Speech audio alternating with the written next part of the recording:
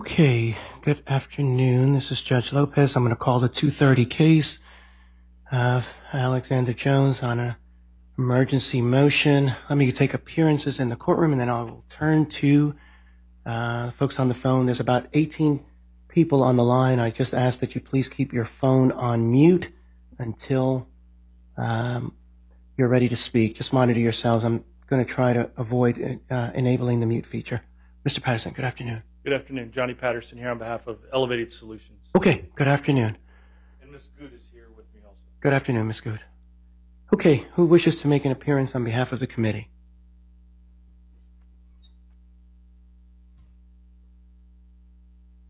Ms. Porter, are you making an appearance? Yes. Good afternoon, Your Honor. Catherine Porter from Aiken on behalf of the committee. Okay. Anyone else wish to make an appearance?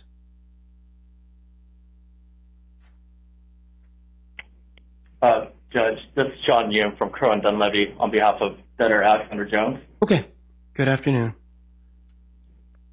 All righty. Ms. Porter, you filed a motion. Why don't I turn it over to you? Or you, the committee did, I should say. Thank you. Thank you, Your Honor. The committee did file a motion. I think this dispute is quite simple.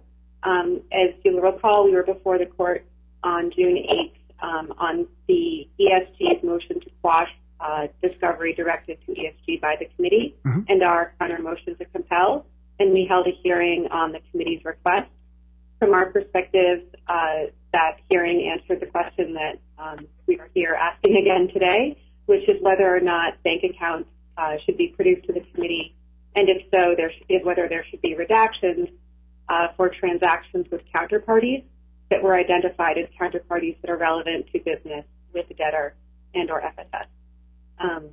So that is an issue on which we've reached an impasse with ESG, and we respectfully ask that the court confirm what we believe was already ordered, which is that those bank accounts should be produced to the committee without redaction. We're happy for them to have whatever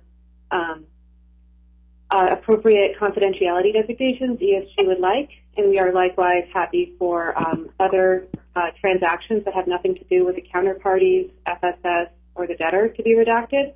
But we do think transactions with the counterparties ought to be visible to the committee. And then secondly, we would like the court's assistance in setting a date to complete this production, as we have been unable to reach an agreement with ESG's counsel for a date to complete production. And that has necessitated delaying depositions more than once. Got it. And you are seeking end of the month, essentially, right?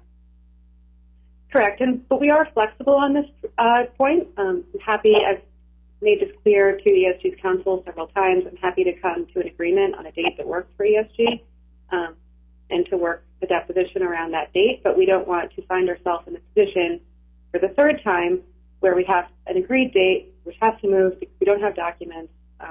It presents complications, as I'm sure you can imagine. Okay. All righty, thank you. Let me hear from ESG. Well, I'll start off. It hasn't been 3 times. It's been once, and they canceled it and moved it at their request. So production is complete.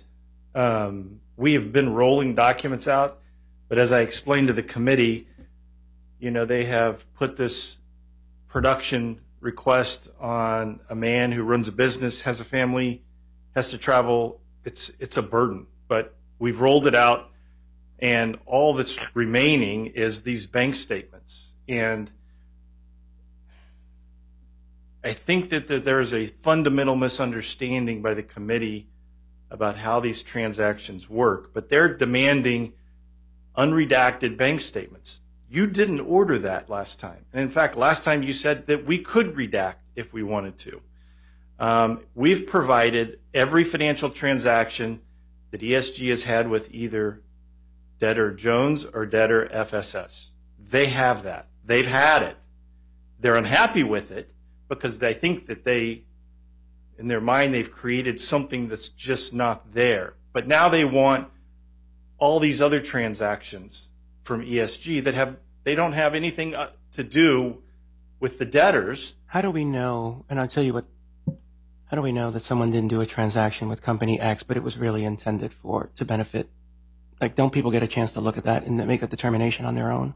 I'm coming up with a roundabout. So say I don't want to do a direct transaction with Jones, but I did a transaction with X, but then somehow it benefits Jones because Jones gets the money on the back end. Okay, that's easy. You go get production from Jones and see where his money's coming from. You're not going to get that from me even if it exists, right? But I get to ask you questions about it, right, in a deposition. 100%. But not if they're redacted. I don't understand. That's where I'm confused. But even under your scenario, Judge, the money went to X, right? How do you get to Alex Jones from X? Because all we know is, but it's discovery. Yeah, I wrote a check to X. But I have a contract that shows I owe X $25. It's discovery. Why do people then? Why do you have to do all that? Why can't I ask it for both? Where does it end, Judge? It doesn't. My guy is not a debtor. It turns over. Yeah, but he's a party in interest in a very important litigation. If there were some connection, Judge, number one, there doesn't have to be a connection, Mr. Patterson. I don't understand the. No, it doesn't have to. Rule 26 requires some connection, Judge. You can't go out. Are you telling me that you can't investigate potential transactions with third parties subject to confidentiality on a fishing expedition to determine whether there is something that's truly discoverable? I'm saying you can't go into my business, a non-debtor, and say, give me all your financial transactions. I want to see your bank accounts. I don't think that's what they're asking for. They're not the FBI. I think that's not what she asked for. It is.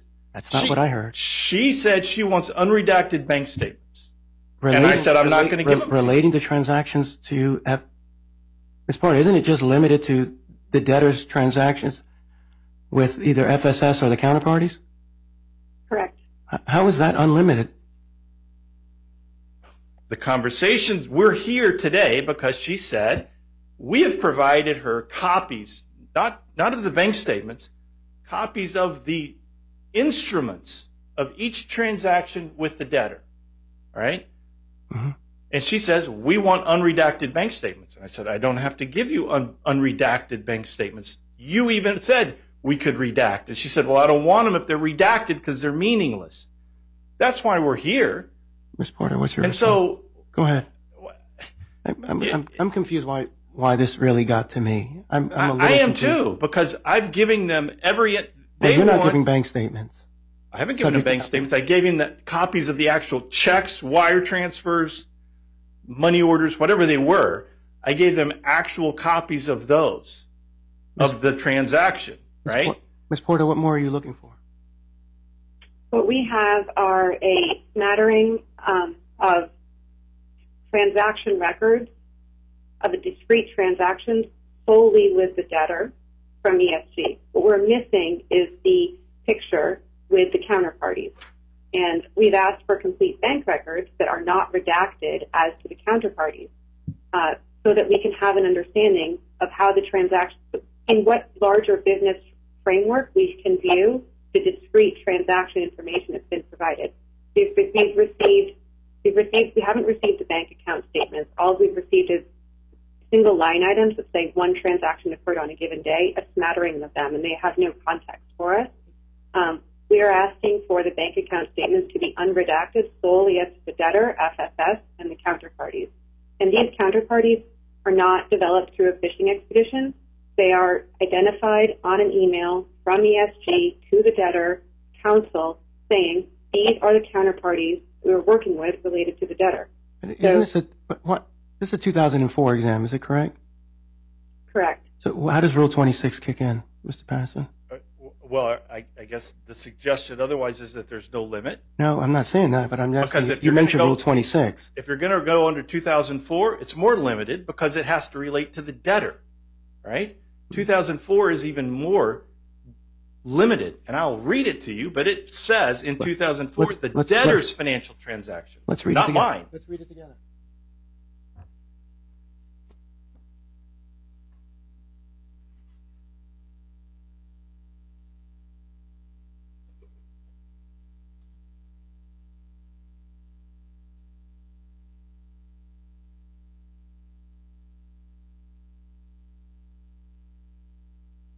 Which part do you want to point me to? Scope. I mean, there is a definition in the scope of a 2004. It I may agree. relate only to the acts, conduct, or property, or the liabilities and financial condition of the debtor, or to any matter which may affect the administration under Chapter 12 or 13. But she's referring to emails, and she's asking for bank statements that relate to emails that potentially. This is all about Jones, isn't it? No, it's not what she's asking for, Judge, and maybe that's. I mean, they come with no witness, they come with no exhibits, and so it's hard for you. But I don't think it's hard. I think you get to. I think a 2004 is super broad, and you get to ask. And it's not governed by the federal rules of civil procedure. I think you get to ask questions that relate to the financial transactions and liability of financial transactions of the debtor. And that means sometimes you get to ask questions of other parties to try to get to the bottom of that. But I do agree that's subject to confidentiality, and it's subject to a bunch of. So I got to tell them everyone I do business with because they just took a list. I've given them every contract. But you don't want to give the bank statements, Mr. Patterson. I'm sorry? I do think you have to give the bank statements. No, I think the question is the scope of the bank statements and what they do. I think you do. So what do I get to redact? Because at the last hearing you said I do free to agree. redact if it didn't relate to the debtors. And so, if I may, what I had proposed to Mr. Patterson is that any transactions with a counterparty that is not on the list that we identified, well, that EST originally identified and that we repeated in our 2004 request, any transaction with a counterparty not on that list can be redacted, and any personal transactions, to the extent that those are reflected in the corporate bank account statements, could also be redacted. We're not inquiring about ESG's personal financial matters, Mr. DeLacio, but that transactions involving FSS, the debtor, and the identified counterparties would be revealed. That was our suggestion to Mr. Patterson. How's that unreasonable, Mr. Patterson? because their list is broader than even the contracts we have and produced.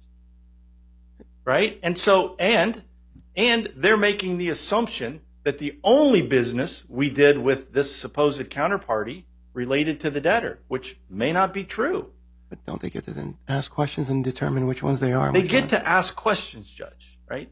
And as we were talking before, we didn't quite finish the 2004, but 2004 has no provision for production of documents. Zero.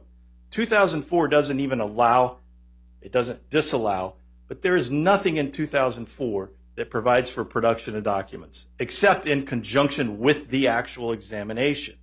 And they're viewing these things separately. We've more than happy told them multiple times, we will walk you through all of these things. Ask the questions. We will answer, right? But to put my guy through this expense and this time. We're talking about 2 years of bank statements, Mr. Patterson, aren't we? That's the burden that we're talking about? Yes. 24 months of bank statements? Multiple bank statements and redaction. It's going to pay me to redact. Or you can just submit it in attorney's eyes only. He Without doesn't have to. Then the professional's eyes only. Right. And why I'm not saying would you be willing should. to do that? Because he gets to choose how he wants to do it, but that doesn't mean that the expense matters.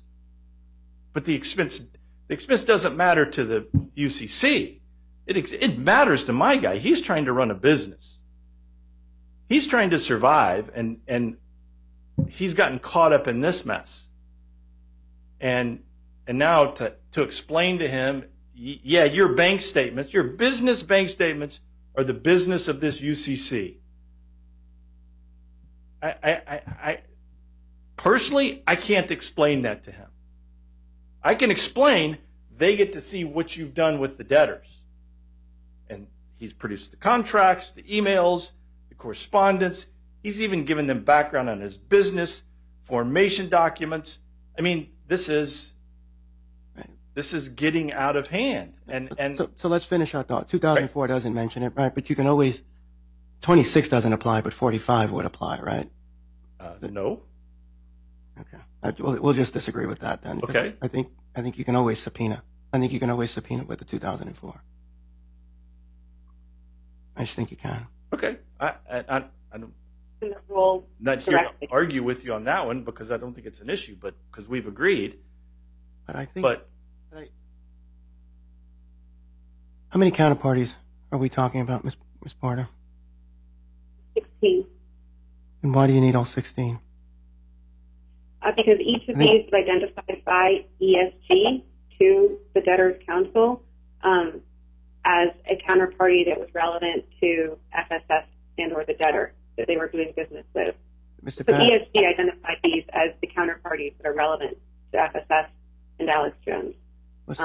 What's the response to that, Mr. Patterson? Quite frankly, I don't know what she's talking about. There has been an email, but I can tell you we have provided, take a step back. ESG, unlike the debtors in this case, ESG did no deal without a written contract with all of their parties. We've produced every contract. Now, if they want to limit it to that, to the real counterparties, I disagree, but it's closer, I think. But to have this random list of I don't know who the 16 are. They were listed in the subpoena, I think. Where'd you get the 16 from, Ms. Porter?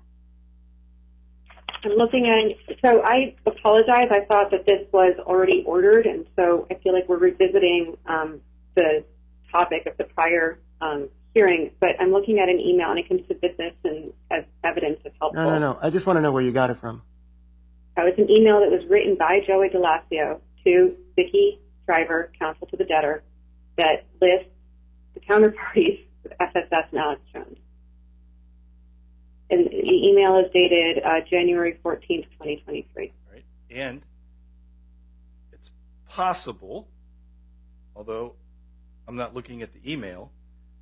Mm-hmm. Number one, my client wrote it before I was involved, so the use of the word counterparties is probably misleading because the vast majority of these relationships were done, and I'm trying to figure out how to explain them. So another third party, a company called CMC, mm-hmm. Walt Sisick, he may have appeared in this, but he has a company out in California, and he goes out and contacts, for example, My Pillow. All right, I don't know if that's one or not. No, I got you. I'm just using it as an example. And he says, "Look, I can get you on to advertise on the Free Speech website or on Alex Jones' radio show." And they go, "Okay," and they make a deal. All right, My Pillow and CMC make a deal. That's not what CMC does, is get them on the website or the radio. Sisick calls Delicio, my client, ESG, and says, "Hey, this guy's interested. Can you make it happen?" Right? And Joey says, "I can for this particular transaction. Let's have a contract. CMC and ESG enter into a contract separate from, he's not a party with My Pillow, right? Mm-hmm. He's with CMC. And once he has a deal with CMC that says, if I'm able to, I get this much money, or whatever it is. Then he takes that deal to FSS or Alex Jones, right? And tries to, say he gets a banner put on the Free Speech website and he gets paid per click, all right? And he makes that deal with FSS. His counterparty is CMC. That's who his deal is with, right? And the UCC is assuming that My Pillow is his counterparty. And it's not. ESG may have another deal with My Pillow with some other client, but to say, give me your bank statements related to My Pillow, in that instance, would have nothing to do with the debtors. But they're saying they're entitled to see it. You see what I'm saying? And so, but don't you get to ask the questions? Don't you get to see it and then ask the question to see if there is? If not, you're just redacting and one will never be able to ask the question. Why don't they ask the questions and figure out how it works before they give us this discovery? I think you then get to subpoena and then show up at a 2004 and then ask questions based on the subpoena. That's fine, because I'm just telling you, They're saying counterparty my pillow, and in that circumstance, But I think they're using I'm going to produce counterparty. nothing because my pillow is not our No, counterparty. I think you're going to produce what. Now I got it. You was before your client, but I think if your client identified 16 people, I think that's a fair basis to then seek documents based on them. Don't you think? You can seek them, and I'm telling you, if my pillow in my example that I gave you is identified as a counterparty, he's going to say, I have no financial transaction with my pillow. Zero. You get nothing. Right? That's what I'm trying to tell it. The committee and the court. I'm just telling you, so it sounds like you're going to have to produce unredacted bank statements if that's the answer.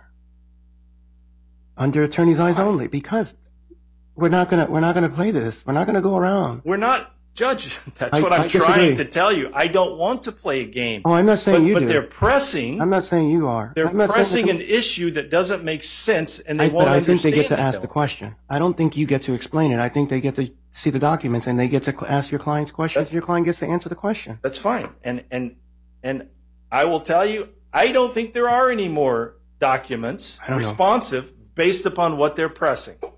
If they're saying counterparties, and here's a list of your counterparties, he only has about three, maybe two counterparties, right? Because he doesn't do these deals with My Pillow and whatever else they are. I don't even remember the list. He doesn't do deals with them. He does a deal with CMC, and then that's right. Then someone else will then go do a deal with someone else. Right. And so as a counterparty, My Pillow is not a counterparty. And if they want those financial documents, I'm going to say none. And if that's the way they want to press it, that's fine. No. But that's the answer, and that's accurate. Don't you get to then ask the question to see if there is something? And I'm not implying it one way or the other. Don't you get to look at all the documents and then ask questions to see if there was something else going on? Sometimes, yes. But isn't that the purpose of discovery, to then rule those questions out, and then you have testimony? Generally, discovery isn't.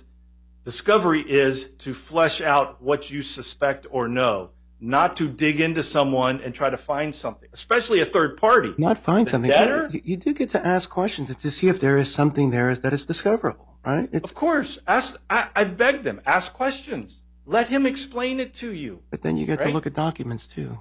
If they're related to those things in 2004, which these would not. I just disagree. Okay. We get to see the document. Look, Judge. No, I know you're not. I just disagree. I think you get to look at it, but I do think there needs to be confidentiality as part of this. I do agree that from one perspective, things have a funny way of finding their way outside of closely viewed, and I think that would be really. I want to make sure that there are appropriate guardrails in place. This can't. I don't want this going outside of attorney. Kind of the appropriate to where you can see what you need and you can get the answers that you need. But if somebody's going to turn over, this case is, maybe a lot of other people interested in it for other reasons, and it can't get out. That's what I mean. And on top of that, he's not getting paid, my client, from this estate and from the other Agree. estate. I think that's a fair point too. They owe him over $500,000. Post-petition. You know about the Jones estate or FSA? Jones on the platinum contract, and FSS is holding up funds held by SISIC of about $500,000 total. Some of that belongs to FSS. But yeah, I mean, it's a high stakes game of what I call extortion. It's not the legal extortion. No, I know what you mean. But they're holding him up. He's owed a ton of money. He's a small business, and they're causing him to go through this cost and expense when all they need to do is ask some questions to understand the nature of the business, and it's going to make more sense. But we will go through this exercise. And if you're ordering me, and I want to make sure, you're ordering me to produce 24 months of unredacted bank statements. Subject to appropriate confidentiality. I am. Well, with an order that it won't leave their office, because if it does, it's a problem. Yeah, I think it's attorney's eyes only, right? Ms. Porter, doesn't that work? We would ask for it to be professional's eyes only, so that professional's eyes only. Yeah, that's right. And I would say attorneys, unless they have a reason. If they have a reason to send it to a professional, I think the professional. I think who are you limiting it to? Teneo and Nardello are both advisors to the committee who have been helping us to analyze bank statements and bank transactions, and I think that their input is Folks intimately involved in the diligence, right? Teneo and okay, correct. I think that's fair. And I would like to state that there is no, to the extent that even has to be said, there is no extortion going on. This is not in any way linked to payments that may or may not be due to Mr. D'Alessio. We have absolutely nothing to do with that. Okay. Okay. All righty. Thank you. I'll get something on the docket. Thank you. Thank you. May I also ask for a completion date?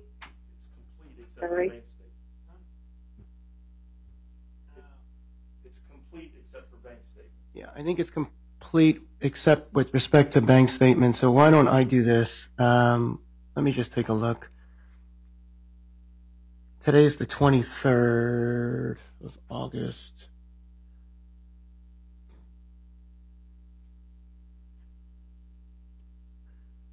Let's see. Is September 1 doable? Realistic? That's next Friday, the only way to think about it. September 4th is Labor Day. That's what I'm trying to avoid. I think so. I mean, I guess this, and I should have brought this up, but this brings up, there are bank statements that are closed. When he purchased ESG from Mr. Jones's dad or brother or someone, I don't know. We provided all those documents. There were bank statements, bank accounts in existence at that time that he no longer has access to, and so he's not going to pay to go get those. The bank accounts he's using today, he will produce up to 24 months. But if they're expecting him to go get old bank accounts, they can subpoena those. Right. That's right. So, Ms. Moore, why don't we go back 24 months on the active accounts, and if you need more, then somebody just come back and let me know. Your Honor, I would ask that if there are any bank account statements that are difficult for ESG or Mr. D'Alessio to access on their own, that they authorize us to get them for him. We will work with him and to facilitate the burden and help with the expense in that regard.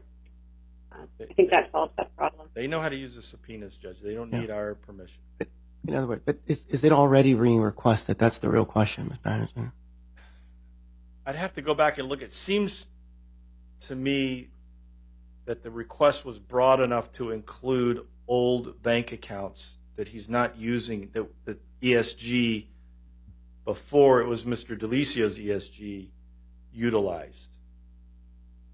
It's just in the back of my mind. I don't have specific, but I seem to recall in talking to Mr. D'Alessio about that.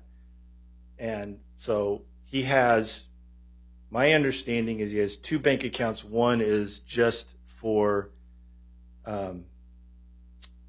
it's a product account on the deal he's doing with Mr. Jones, and then he has his general operating account, which the other deals run through, is my recollection. But and we can do active accounts, but to ask him to go get old bank, they know the bank accounts. They can just go subpoena them at the same cost as us. It's going to cost us money. It will cost a lot more effort on our behalf to use a subpoena rather than to work cooperatively with ESG, and I do believe that these are very important bank account statements if they come from this period, because we're talking about a time when ESG was owned by the debtor's father, and I think that the interrelationship is important for obvious reasons. So I would ask that if there are bank account statements that are closed that fall within the 24-month period, that ESG be ordered to provide them to us, and the committee will offer to do whatever is helpful in terms of reaching out to the bank, facilitating that process, making it happen, but that ESG not be excused from producing those. That goes beyond the very definition of production, which is give me what you have. Yeah. So I think to the extent that he's got them in his possession, if they're there in his possession, if he has copies of old stuff, I think he's got to produce it. But if he, I think to the extent that he doesn't, I think that would exceed the scope of what I think he's required to do, which is to go further out. If in other words, I think that's different. If he's not, I think that one goes a little bit out. But I do think he's got to produce active accounts in terms of what he has now, and if he's got copies of old bank statements that are there, or if it's just as easy, Mr. Patterson, to just go get the new, in other words, if it's just a matter of kind of flipping something on and printing, I think that's a little different than. If he has, for example, and I don't know this case, if he had electronic copies of old bank statements on his computer, yes, he would print them off. That's where I'm going. Yes. Okay. And I will find out. I will ask him if he has those or paper copies in his files. He will obviously, that's production. But to the extent he doesn't.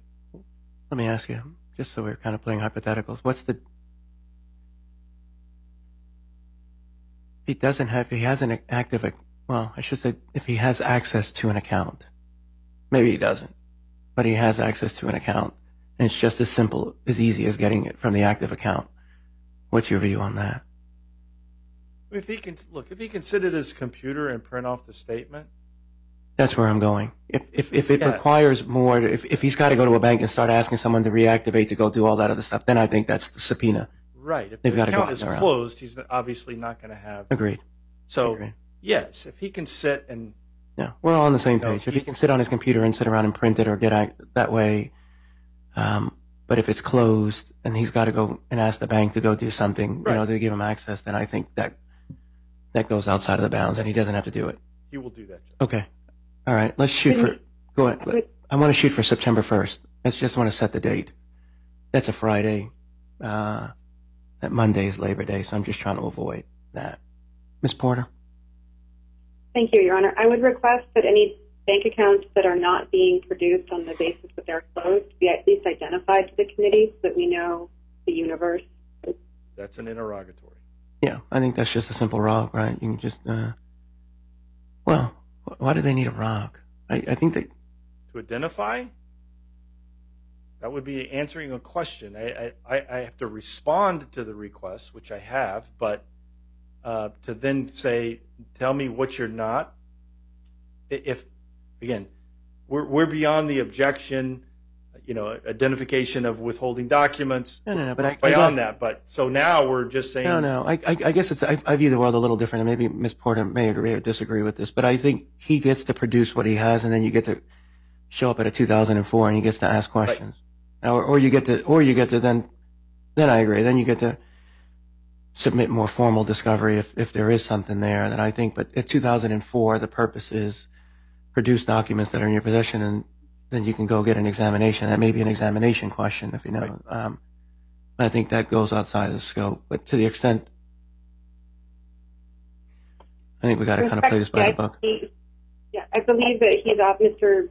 D'Alessio is obligated to produce documents that are in his possession, custody, and control, which means where he has the practical ability to obtain the documents. And in this case, the owner of the account or the owner of the prior account, ESG has the practical ability to obtain these statements. In fact, they are the only ones who really have the authority to obtain these statements absent subpoena. So I understand it's a burden question, and they're asking to be excused from the burden. And I would suggest that they identify for us documents they are not producing on the basis of burden, specifically by account number. That's my suggestion. If the court does not agree with that path forward, I certainly understand, but that's how I view. No, I got it.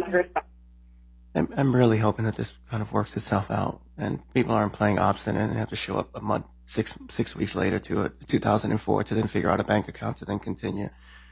I don't want to get involved in this. I think there's a way to do this where everybody can at least find out what the bank accounts or where they're located and what banks they were. And this can proceed. I think there's a way to do this. But what you're asking me, Ms. Porter, is that you're going to have to show up in October to come figure out where that is? The answer is no. And if it does get there, something has gone drastically wrong from there. It's a simple question. It's just a way to figure that out. So, all right. Thank you very much. Have a good day. Thank you.